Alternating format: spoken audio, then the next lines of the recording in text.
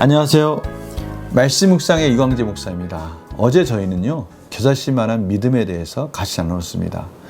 겨자씨만한 믿음, 다시 말하면 하나님께 모든 걸 의지하고 맡기며 기도할 때 불가능한 것 같은 그런 우리의 생각과 우리의 이성적인 논리적인 것을 뛰어넘은 하나님의 놀라신 은혜, 그런 능력들을 경험할 수 있다라는 것을 같이 나누었습니다.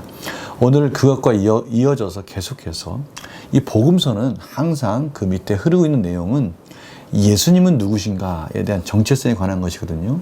오늘도 그 부분 중에 한 일부분을 보게 되고요.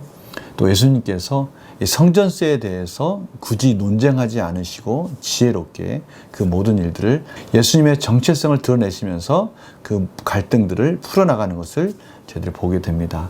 오늘 말씀을 통해서 저희들에게 주신 또 하나님 메시지를 또 귀하게 듣는 시간 갖도록 하겠습니다. 제가 기도하고 시작하겠습니다. 하나님 아버지 감사합니다.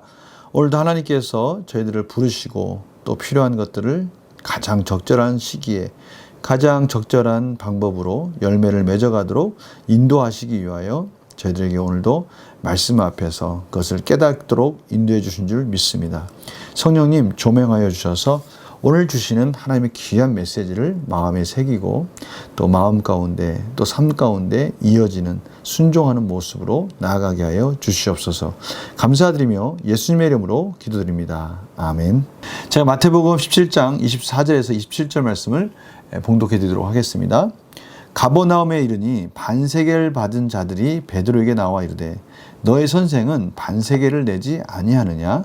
이르되 내신다 하고 집에 들어가니 예수께서 먼저 이르시되 시몬아 내 생각은 어떠하냐? 세상 임금들이 누구에게 관세와 국세를 받느냐? 자기 아들들에게냐 타인에게냐? 베드로가 이르되 타인에게니이다. 예수께서 이르시되 그렇다면 아들들은 세를 면하리라. 그러나 우리가 그들이 실족하지 않게 하기 위하여 내가 바다에 가서 낚시를 던져 먼저 오르는 고기를 가져 입을 열면 돈 한 세겔을 얻을 것이니 가져다가 나와 너를 위하여 주라 하시니라. 아멘. 예수님께서 가버나움에 이르자 이 반세겔 받는 자들, 다시 말하면 성전세를 걷는 자들입니다. 이들이 베드로 제자들 중에 또 가장 중심에 있는 수제자 베드로죠. 그래서 선생님에게 직접 가서 그 세금에 대한 것을 묻는 것이 예의가 맞지 않기 때문에 이 제자들 중에 그 대표격인 베드로에 가서 물어보는 겁니다. 너희 선생은 반세계를 내지 아니하느냐? 성전세를 내야 되지 않겠느냐? 당시 유대인들은 20세 이상은 이 성전세를 내는 것에 대해서 되게 자부심을 가졌습니다. 하나님의 백성으로서 그 책임을 다한다는, 또 하나님의 택한 백성이라는 그런 자부심을 가지고 성전세 내는 것에 대해서 그렇게 꺼려하지 않고요, 자원하는 마음이 있었습니다. 오늘 사실 내지 아니하느냐 이 말 속에는 예수님께서 이전에도 내셨고 이제도 내실 텐데 준비되었느냐 이런 의미로 해석할 수가 있습니다. 그래서 베드로가 그것에 대해서 이제 예수님께 가서 여쭙니다. 예수께서 먼저 이르시되 시몬아, 먼저 이르셨다는 말은 사실은 이러한 상황들을 예수님은 알고 계셨다는 것이죠. 이러한 과정 속에 예수님께서는 또 제자들에게 다시 한번 예수님의 정체성, 하나님의 아들, 또 성전의 주인으로서의 그러한 부분들을 또 가르쳐 주기 원하셔서 이렇게 질문합니다. 내 생각은 어떠하냐? 세상 임금들이 누구에게 관세와 국세를 받느냐? 자기 아들들에게냐? 타인에게냐? 당연히 왕으로서 왕의 아들은 국세를 내지 세금을 내지 않지 않습니까? 타인에게서 그 세금을 받습니다. 이게 당연한 거죠. 베드로 이들에게 타인에게는 예수께서 이르시되 그렇다면 아들들은 세를 면하리라. 다시 말하면 사실 예수님과 제자들은 하나님의 아들로서 앞으로 하나님의 사명을 감당하는 자들로서 세금을 내지 않아도 된다. 예수님은 본인의 정체성과 또 제자들의 정체성에 대해서 지금 교훈해 주기 원하신 것이죠. 그런데 중요한 부분은 이제 그러나라는 부분입니다. 항상 이 접속사가 있는 부분에 참 중요한 부분이 이어지는데요.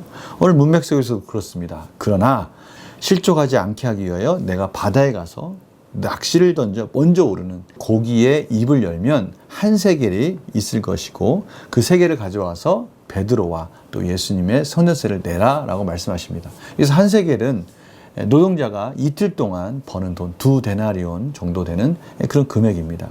예수님께서 그 부분을 또 저희들에게 베드로에게 가르쳐 주심으로 인해서 정체성도 드러내시고 또 불필요한 갈등들도 해결해 주시면서 오늘 본문을 마무리하고 있습니다.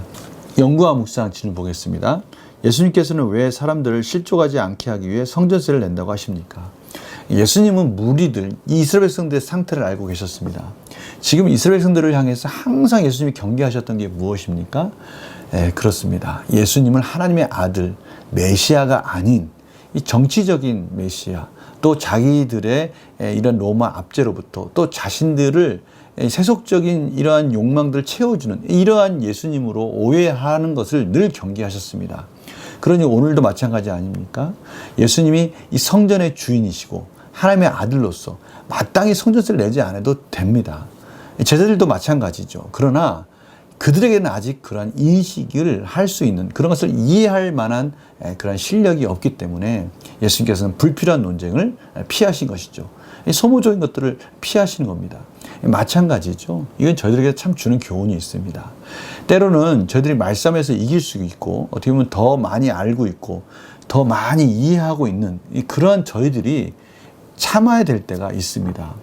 때로는 저희들이 그것을 언쟁 가운데 설득하는 과정 속에 상대방의 상처가 될 수도 있고요. 또는 하나님의 복음을 전하는 것, 또 하나님의 덕을 세우는 데 있어서 불필요한 그러한 소모적인 그런 언쟁이 될 수도 있다는 것이죠. 그러면 이겨봤자 그것은 아무런 유익이 되지 않는 것이죠. 오히려 지는 겁니다. 하나님의 복음을 전하는 데 있어서는 손해가 되는 것이죠. 예수님 바로 이러한 지혜를 또 저희들에게 가르쳐주고 계시는 것이죠. 이 느낀 점 보면요. 연약한 자를 보호하기 위해 관례를 수용하시는 예수님을 보면 무엇을 느낍니까? 바로 이것이 겸손과 또 헌신과 또 섬기는 모습의 본이 되는 것입니다. 두 가지 방향에 있어서 저희들에게 주신 놀라운 교훈이 있습니다. 첫 번째는 예수님이 저희들을 그러한 풍성한 사랑으로 안아주시고 참고 인내하시며 끝까지 저희들을 사랑해 주시는 분이시라는 것을 저희들이 깨닫게 됩니다. 예수님은 저희들이 죄인 되었을 때 저희들을 위해서 십자가에서 죽으시고 지금도 저희들이 연약함 속에서 충분히 이해하지 못하는 부분에 대해서 그것을 받아주시고 성숙될 때까지 저희들을 훈련시키고 연단시키고 참고 계시다는 것을 오늘 말씀을 통해서 확인할 수가 있습니다. 또 한 가지는 그런 예수님의 삶은 결국 본이 되시는 것이고 저희들도 그렇게 하나님 나라를 위해서 저희들보다 연약한 자, 저희들보다 많이 아직까지 이해하지 못하고 온 신앙적으로, 영적으로 또는 많은 도움이 필요한 그런 분들에게, 그런 성도들에게 때로는 저희들이 섬겨야 된다라는 것을 가르쳐 주신 것이죠. 오늘 이러한 말씀을 통해서 이 적용도 두 가지 방향으로 적용할 수가 있죠. 저희들이 낙망하고 좌절하고 우리 스스로 볼 때 너무나 연약하고 부족해서 무지해서 뒤돌아보면 내가 왜 그랬을까 하고 그런 실망스러울 때가 있습니다. 그럴지라도 오늘 예수님의 이 사랑 앞으로 달려가서 다시 한번 회개하고 기도하고 의지할 필요가 있다는 것이죠. 또 한 가지는 당연히 우리는 우리 스스로 우리 주위를 돌아볼 때 저희들 가운데 분명히 눈에 보이는 연약한 자들이 있다는 겁니다. 우리는 그런 연약한 자들을 내 자신이 우리가 그렇게 예수님의 사랑을 받았듯이 또 그들을 품어줄 때 그 속에서 또 놀라우신 예수님의 마음을 경험할 수 있게 되는 것이죠. 오늘 이 부분 우리가 받은 사랑을 흘려보내는 그런 복된 하루가 되시기를 간절히 축원합니다. 제가 기도하고 마치겠습니다. 하나님 감사합니다. 오늘 예수님의 사랑, 예수님께서 어떻게 저희들을 이끄시는지를 깨달았습니다. 하나님의 아들로서 저희들의 눈높이에 맞추어서 저희들을 이끌어주시는 그 예수님의 사랑, 저희들도 이제는 순종하며 헌신하며 따라갈 수 있는 용기와 담대함을 허락하여 주시옵소서. 감사드리며 예수님의 이름으로 기도드립니다. 아멘. 항상 복음 안에서 예수님의 풍성한 사랑 안에서 그것을 실천할 때 그 예수님의 말씀을 가지고 그 사명감을 가지고 나아갈 때 그곳에서 저희들은 예수님을 만나게 되고요. 또 하나님의 은혜를 경험하게 됩니다. 오늘 연약한 자를 도와줌으로 인해서 그런 놀라운 은혜를 풍성히 누리는 복음의 능력을 깨닫는 또 말씀의 능력을 경험하는 그런 복된 하루가 되시기를 간절히 축원합니다. 내일 또 뵙겠습니다. 안녕히 계세요.